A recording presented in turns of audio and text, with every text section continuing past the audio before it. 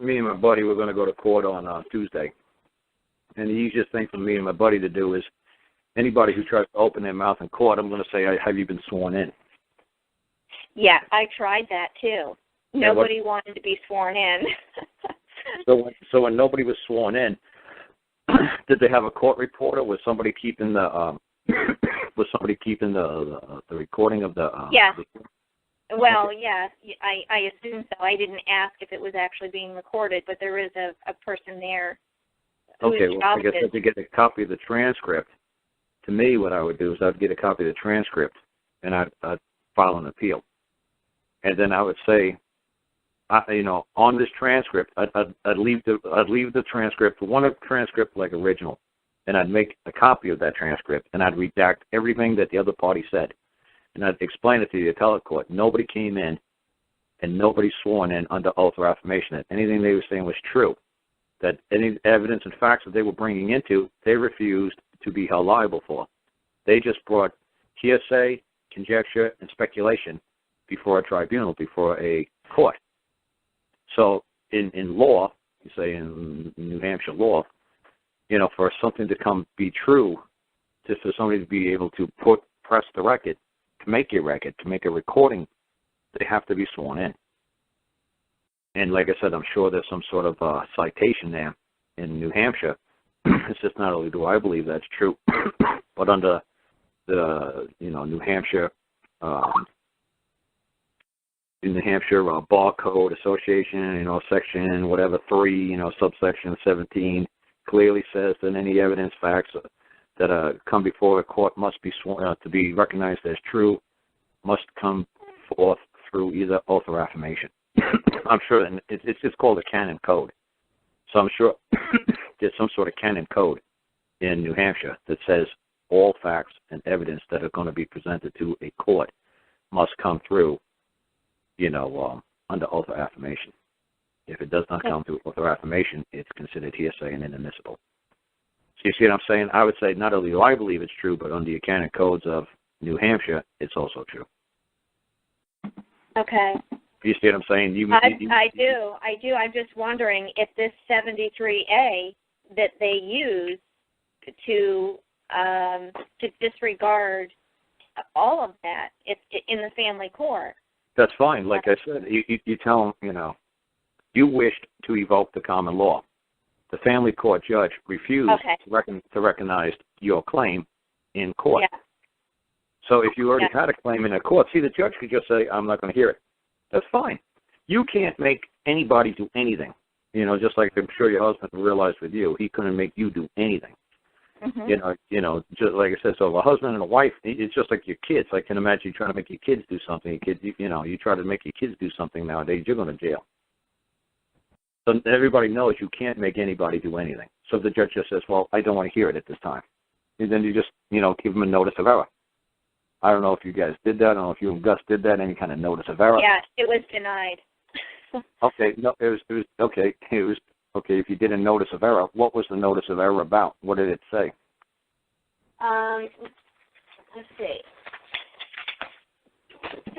Got my paperwork right here.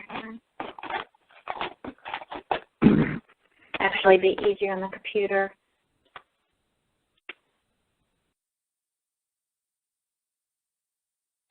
Because this is what I was saying to my friend earlier. He says, can you sue a judge? I said, the only way you can sue a judge is the judge acts so out of character and the judge is so derelict in his duty, then you could sue the judge. So like I said, if the judge knows that the common law is the supreme law of this land, and the judge realizes there's a claim before the court, and the judge decides, you know what, I'm not going to hear it. Well, no, you have a duty to hear this. You have an obligation. You're derelict in your duty. I'm going to hold you liable. So then what you would do is you would sue Susie or Bob. It'd be you versus Susie or Susie Johnson in your local county court. And I wouldn't even bring up the fact that who the wrongdoer is. I wouldn't even say there was a judge. I would just say I claim Susie did me wrong. It's derelict in her duty. She's a public servant, and she refused to perform her service as she subscribed to, that she swore to. that she agreed to. She's in breach of contract. She's my servant. It's just like a maid or a butler. And because they failed to provide a service as my butler or my maid or my nursemaid, my defibrillator machine, the batteries were low, or my my medicine for my diabetes, the machine wasn't functioning properly. They're my servant, and they failed in their duty to perform a function in which they ascribed and said that they would.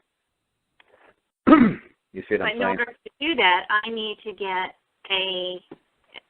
to be able to get a court at the superior court. No, just a local county court, just like your maid. Whatever your maid did you wrong. Are you telling me you're going to take your maid to a superior court, or you're just going to take your maid down to a local county, your lawnmower man, down to a local county court? So that would be the same courthouse then where the family court is. Well, I don't know. How do I know? I don't live there. Yeah, that's where it would be for me. Okay, well, obviously you wouldn't be suing in family court. You'd be in the same public building. In the same building, right. Same venue, big deal. That venue wears many hats. Like I said, a dance hall is a venue. Like a dance venue, you've heard of dance venue? Yeah. Just because it's a dance venue doesn't mean you can't have a waltz one day and you do a minuet the next day, and then you do a polka, and then you do a disco the following day. Just because it's a dance hall venue doesn't mean it only can do one thing. It wears many hats. So it's a lot of fun. It's just like when I went down and I sued a lady who interfered in my right to access the court, a court clerk lady. When I went to sue Susie, they were going, on Precipice Day, they were going to try to say that, well, you don't have enough to sue her on. And once the judge and I started talking, and I said, don't you remember me?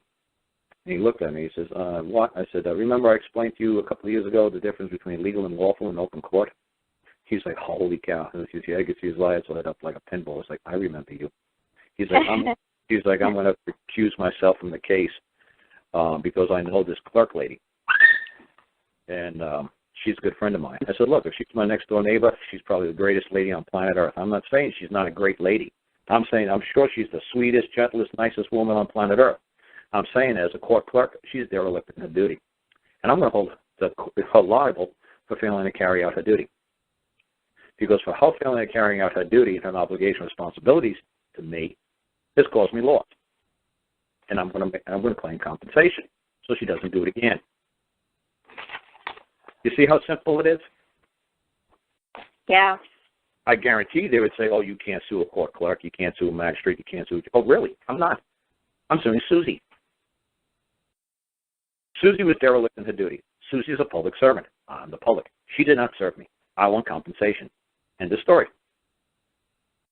And everybody and I couldn't get the case heard in the county where Susie worked because every judge who was assigned said they had to recuse themselves because they said they'd be unfair to me because Susie's their friend. I said, no. I said, look, I'm sure you're a good judge. You're a fair and impartial judge. And if you were derelict in your duty, you certainly wouldn't want me to turn around and sue you, too.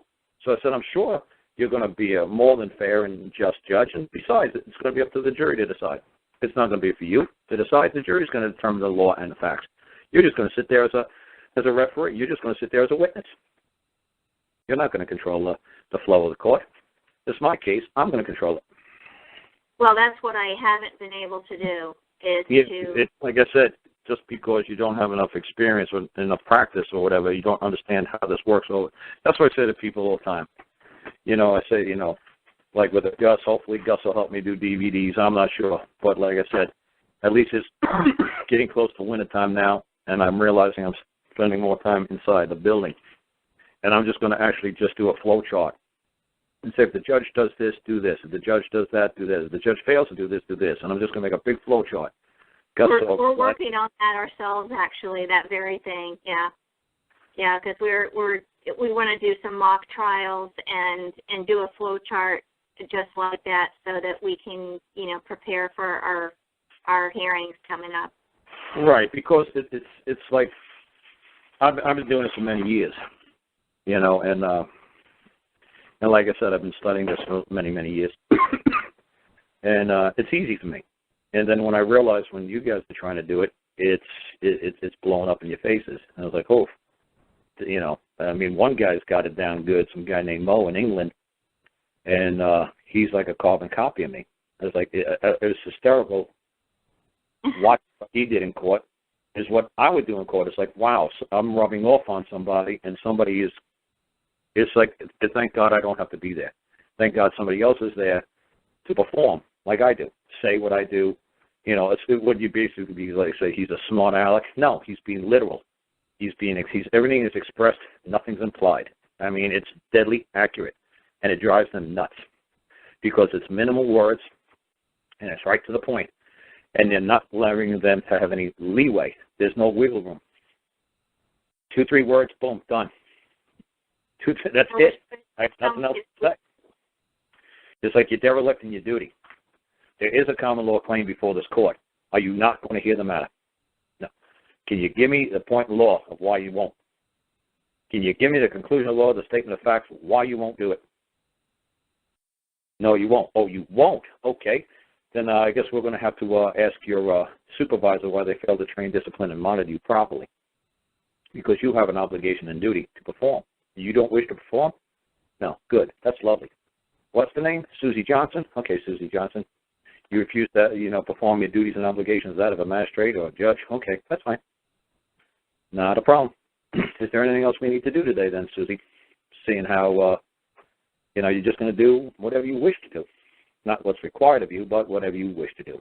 Is there anything else you would like to say today, Susie, before I go home? Because obviously you're not acting like a judge, and I'm not going to call you judge. And, actually, mine isn't a judge. He's a referee. Well, regardless, whatever she is. What I'm trying to say, everybody says, like, well, Carl, that sounds like, look, I look at every judge, like I said, like one of the judges who was going to hear the Clark case with me wore a suit and tie when he talked to me on Precipice Day. The next judge that I went to talk to, he was wearing shoes with no socks.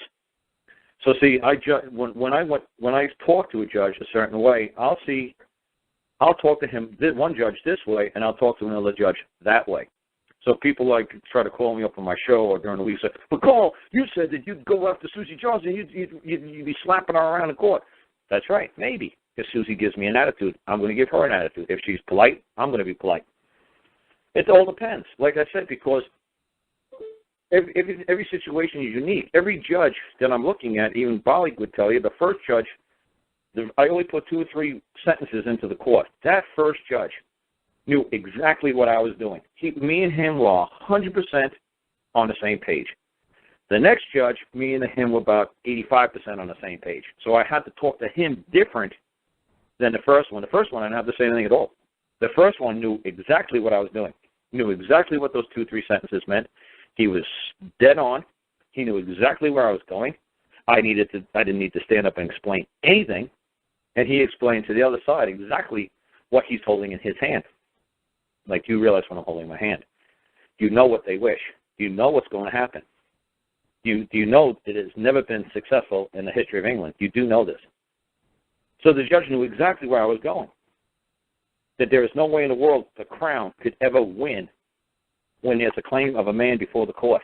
It is, like he said in open court, he said, in the history of England, the Crown has never been successful before the Queen. It has never happened. And he's like, and the Crown prosecutor, we will prevail. We will prevail on this. And the judge's like, no, you won't. Not if they know what they're doing. You won't. So that's the whole thing. Do you know what you're doing when you evoke like Queen's Bench or when you evoke the common law? Do you know what you're doing? And if you don't, if you're only 50% there, 80% there, 99% there, you ain't going to win. It ain't going to happen. So to me, it's simple. But to other people, it's not. Because I say the bare minimum, like that guy Mo, it's simple for him now. Because he's saying very simple, basic things. Like he said when he went to the court with the one man, he told the man, stay right next to my side. Don't let them separate you from me. Walk with me arm in arm. And then when the judge said, which one of you like Mr. McGillicuddy? And neither one answered. So the judge looked at him and said, "Are you Mr. McGillicuddy?" He says, "I am a man, and I'm here to aid and assist my fellow man." And the judge said, "No, you're not." He said, "Point in the law. Where, A, do you believe I'm not a man? And B, what makes you believe that I'm not here to aid and assist my fellow man?" So he threw it right back at the judge. He said, the judge said, "Are you Mr. McGillicuddy?" "No, I'm a man, and I'm here to aid and assist my fellow man." And the judge said, "No, you're not." Like, "No, I'm not." "What? I'm not a man? What do I look like, an aardvark? What do you mean I'm not here to aid and assist my fellow man? Of course I am. What else would I be here for? To take a walk? I got nothing better to do?" See, so the judge was knocked backwards instantly because of an answer like that, just like I would do. I'd have the same as, "Oh, you're being a wise guy." Wise guy. Intelligent, wise. One of the three wise men. No, I'm not one of the wise men. No. So what do you mean by me being wise? Wise and being what, sir? He's like, "Well, you know what I mean." "No, I don't know what you mean." "Why don't you tell me what you mean?" "I don't know what's going on in your brain. Why don't you tell me?" "Am I a wise guy?" "A guy? Possibly." Possibly. I've been known as guy before." "No, you know what? I think I'm just going to settle with the title of man." "Yeah, I'm a man." "No, I don't wish to be a wise guy at this time. I might at some other, future opportunity. But no, I'm very happy with just being a man. Thank you anyway." And I just keep messing with the poor judge. But like I said, it's almost like I'm a stand-up comedian and somebody's heckling me. And that's basically what you got to do when you go to court. You've got to know your routine down so well that if the judge tries to heckle you, you're like, "You know what? This is my show. I got the stage. I'm calling the shots. I'm making the jokes. I'm saying what time of day it is. Not the heckler." And that's what's happening to you guys. You guys are being heckled off the stage. Yeah. Like I said, Paul Barley, like I said, he kept going over and over and over saying, "I'm a man, I'm a man, I'm a man, I'm a man." It's like, oh my God. He's like, "Okay, you already told that joke. Why the chicken cross the road?" Why the chicken cross the road? Like, "Okay, you reset. Now, do another joke. Now, knock down that heckler. That guy's, now he's coming at you with this, using them with that." It's like, okay. It's just like I said, I guarantee you if you guys tried to be stand-up comedians, it would be the same thing. You'd say, "Oh my God, I got heckled the first time. The guy made fun of me and I didn't know where to go, so I panicked. I froze. And the heckler took over the show." It's like, that's right. So it takes a lot of practice to be able to smash a heckler. I mean, I love it when you watch a comedy show and you see the guy doing a comedy routine or the woman doing a comedy routine. It's a pretty funny show, but it's super funny when a heckler stands up. I mean, if I was a stand-up comedian, I'd actually hire somebody to be a heckler just so I could smash them, because it's a lot more fun for the audience to see something like, say, improv, just like off the cuff. It's a lot more fun to watch somebody just do it from the seat of their pants than to watch a comedy routine. It's like, okay, I've seen this comedy routine yesterday. I saw it on TV last week. Okay, it's the same routine. Yeah. So when a heckler jumps up and says something, now the comedian's got to take it in a whole new direction. Now what does the comedian do? This guy just interrupted his routine. Now what do I do? And it's the same thing with the judge. The judge is going to go there and try to mess with you, try to, mess with your routine. That comes very natural to some people, and others it does take a lot of practice, and that means getting back into a courtroom where you don't want to be. Right. Well, like I said, that's why, like I said, I got to start doing some DVDs, saying the judge does this, the judge does that. This is where you go. This is the flow chart. He says this. Make a joke. Just like you say, this is what you do. And like I said, a lot of people, who call me up. Like I said, what I'm probably going to do is do some like DVDs like that, and then have people say, call me up and say, "Hey, Carl, I watch your DVDs." Now, I said, when I went to court, the judge did this. When the judge said that, I was like, that's good. I said, let's make a revised edition to that DVD. I'll put it like a supplemental, like DVD. It's like, okay, now we've had somebody go out there in the real world, and they've encountered this. So, on the first DVD, you see how I was explaining to you. Right, now, this is what you need to do.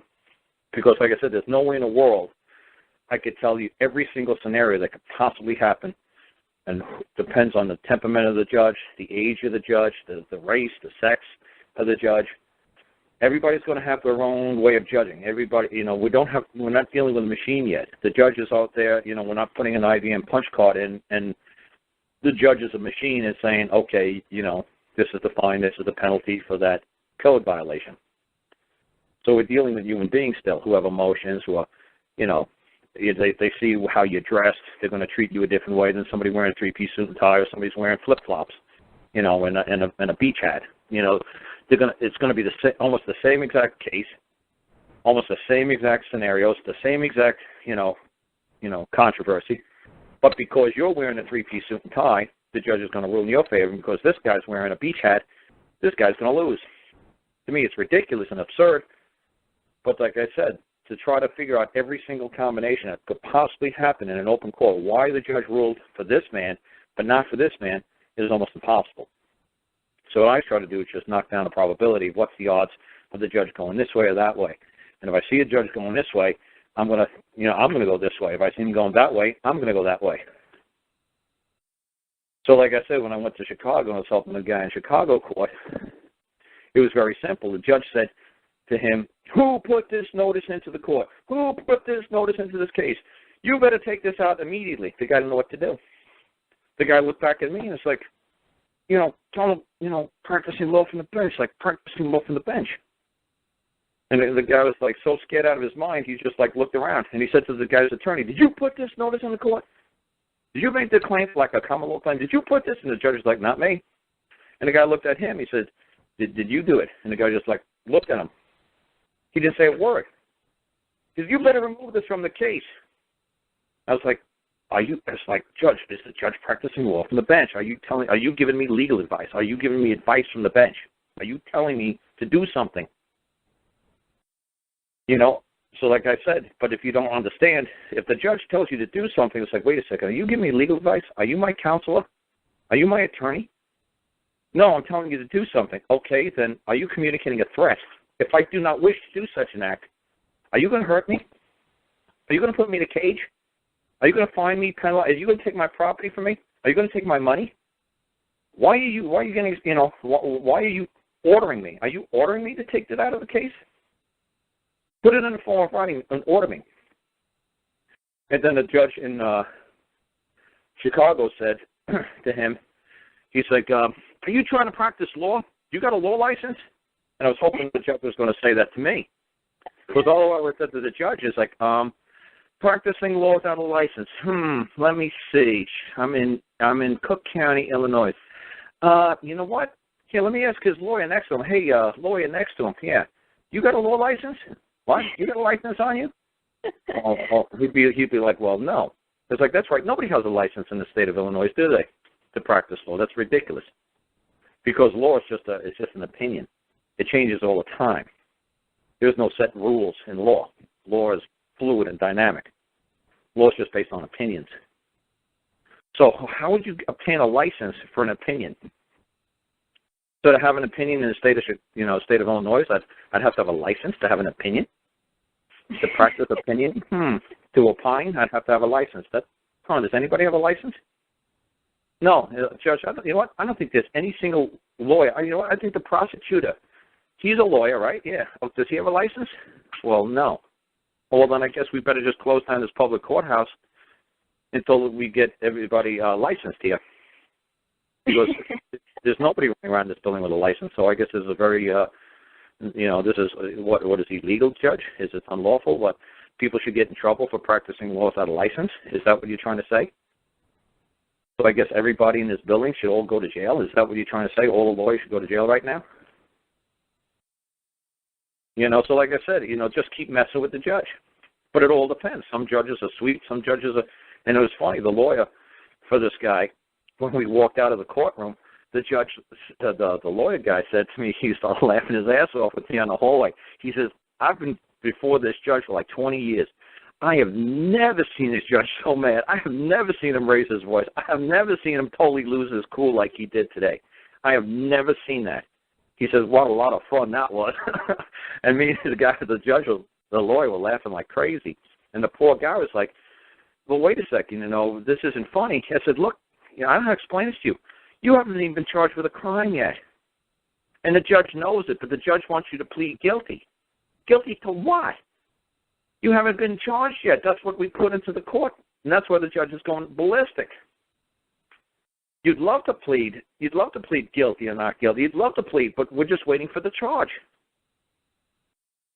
You haven't been charged yet. I mean, he flew me all the way up to Chicago, and then when I got there, I read the case file. I said, something doesn't make sense to me. I said, you got a lawyer? He says, oh, yeah, we got a really good one. I said, okay, good.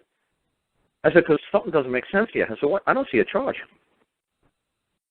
So he brought one to the lawyer's office, and we were talking to the lawyer. I said to the lawyer, a very simple question. I said, I'm sure you charge this man an awful lot of money because you got this big, beautiful building right here by the river. I'm sure you're charging this man quite a lot of money. But he hasn't been charged yet with anything, has he? And the guy was like, well, no. And the guy who brought me up there said, yes, I am. I'm charged with like manufacturing narcotics, whatever. And I said, no, you're not. He says, yes, I am. And the guy who brought me up said, yes, I am. Yes, I am. I said, see, I said to his attorney, I said, see what I'm talking about? I can't get through to this guy. He said, for some reason, he won't believe me. You're his attorney, right? He paid you a shitload of money, right? Yeah. Tell him, has he been charged with a crime? And he says, no, you have not been charged with a crime. And he argued with his attorney, but he had no problem arguing with me because I wasn't, I guess, a fancy pants attorney. I said, but I could read the case file. There's no charges here. I said, I'm going to write something really simple when we go to court tomorrow. And it's going, and it should, and I kind of figured the judge was going to have a reaction. And that guy's like, man, I've never seen a judge react like that. He's like, boy, he's pissed. I said, yeah, because I caught him with his pants down. How are you going to rule? How are you going to do anything when there's no charges yet? What's going on? What is this? You know, certainly this isn't court. What's going on? You know, so like I said, you know, most people don't understand, especially when it comes to any kind of drugs. There's this one dad and daughter I'm helping out with in California, and his name is Steve, and the daughter's name, I'm not sure, I don't remember the daughter's name off the top of my head. I don't know if they're listening, you know, if they're going to call up or anything to me tonight. But she was scared out of her mind when it first started, this cocaine nonsense she was going through. And she said that she was listening, you know, her dad, to my show and trying to figure out what I do. And the first time she went to court, she said she just got clobbered. And then the second time she called up and she told me she did pretty good, and I told her a couple of mistakes she made. And then now she's saying, I can't wait to go back into court. They said they dropped it down from a felony to a misdemeanor just to get me to plead out and just go away. And she's like, hell no, I'm finding this the bitter end. Because I'm not pleading nothing. It's my body, and I'll do what I want. I said, well, God bless you. I said, because you know how many guys that I work with, that they drop it from a felony to a misdemeanor, they'll just take the misdemeanor. I said, F them. It's your body. You want to do coke, or you want to do antifreeze, or you want to do, you know, put maple syrup into your veins. I don't care. Whatever you want to do. You know, you're over 18. You know, you're responsible for your own actions. Do as you wish. And hell with any judge or prosecutor or any state or society that tries to tell you what you should or should not do. F them. I said, you know what? I said I should go into court one time and just take like a saline solution or whatever they call it, or glucose, and I should stick it in a syringe and wrap my arm up with a tourniquet and just start injecting my veins with glucose. But pretend it's heroin or something like that. You know, like make it like a white powder, like sugar, like heroin, and stick it on a spoon and melt it, and start shooting up right there in the courtroom. And let somebody come over to me and says, you can't do that. So what do you mean I can't do that? I got the tourniquet, I got the kit, I got the syringe, I got the needle, I got the spoon. Of course I could do it. Watch, it's easy. And start injecting myself. It's like you're under arrest. I don't need arrest. I don't need arrest from what? I'm not tight. As a matter of fact, as soon as this stuff goes in my veins, I'll be good to go for another 24 hours. I don't need arrest. So I'd love it for them to jump my shit, you know, try to charge me with all kinds of wrongdoing, And then I say to them, wait a second, it's my body. Where does it say that I can't put what I want to put into my body? Where does it say? Where does it say the law says that a man can't put anything he wishes into his body? Where? Where does it say that? Well, it looked like you were putting heroin in. Oh, I guess when you had it, went down to the lab and you got it tested. What did you find out? It's glucose. Yeah, that's right. It's glucose. And does a man need a prescription for glucose sugar? Well, no. Well, then why'd you do what you did? Well, we were trying to protect you from yourself. Oh, you were trying to be my mom. I see. And you don't think I'm over 18 and I'm functional, and for some reason you don't think I could carry out my own business. Is that what you believe? You believe I'm incompetent to handle my own day-to-day daily affairs? Oh, so you want to tell me what I can and cannot do? Good. If you want to feel responsible and tell me what to do in my day-to-day affairs, good. From now on, you're going to pay all my medical expenses. You're going to pay my rent. You're going to pay my light bill. You're going to pay everything for the rest of my life. That's how we're going to roll this.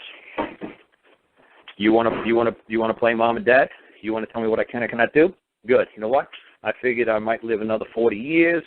$30,000 a year. I'm going to sue you for like $1.2 million. That way, all my expenses are covered because you want to play mom and dad. You want to be mom and dad? You're going to pay. Just like mom and dad has to pay. You're going to pay me. You're going to pay to maintain support and everything else with me. You want to play mom and dad? Yeah, fine.